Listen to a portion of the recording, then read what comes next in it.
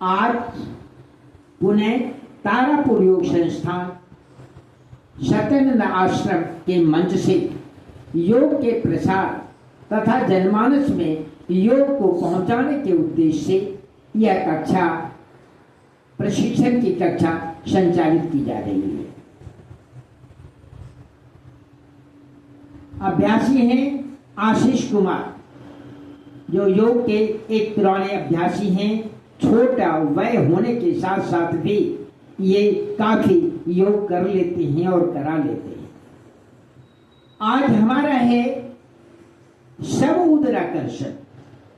ये पावन मुक्तासन मध्यम समूह के आसन के अंतर्गत आते हैं और इन समूह के उच्च श्रेणी के आसन में आते हैं। ये शव उदराकर्षण करने के लिए कंबल के बिछावन पर 3-4 तह फोल्ड किया होना चाहिए और इस पर सीधा लेट जाते हैं शवासन की मुद्रा में, और एक पांव को पहले ऊपर खींचते हैं, खड़ा करते हैं। ठीक एक पांव को खड़ा करते हैं बाएं घुटने के नजदीक से और बायां हाथ इस घुटने पर रखते हैं। इसके बाद दाहिनी हाथ को सीधा तान लेते हैं। इस अवस्था में बाएं हाथ की तरफ में दाहिने घुटने और बाएं हाथ एक साथ बाएं तरफ झुकाते हैं और नजर को और सिर और गर्दन को दाहिनी तरफ मोड़ते हैं। इस प्रकार पुनः धीरे धीरे धीरे धीरे पुनः प्रारंभिक अवस्था में वापस आते हैं। इसके बाद पुनः दाहिने पैर को फैला लेते हैं और बाएं पैर को खड़ा कर लेते हैं। इसे पुनः विपरीत मुद्रा वाले हाथों से पकड़ लेते हैं और बाएं हाथ को ठीक कंधे की सीध में फैला लेते हैं।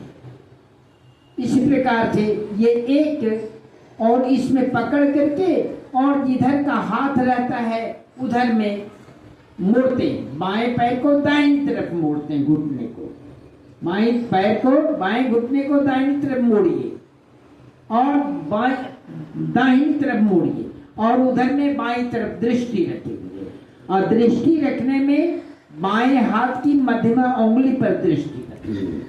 बाएं हाथ की मध्यमा उंगली को देखना है। इस प्रकार से यह एक राउंड हुआ। पुनः प्रारंभिक अवस्था में वापस आते हैं और फिर पैर को सीधा कर लेते हैं और इस तरह से यह एक राउंड हुआ। इसी राउंड को बार बार पुनरावृत्ति करने से जितनी आवश्यकता होगी उतना राउंड कर सकते हैं। यह पावन मुक्तासन मध्यम समूह के आसन के अंतर्गत उच्च श्रेणी का पावन मुक्तासन है।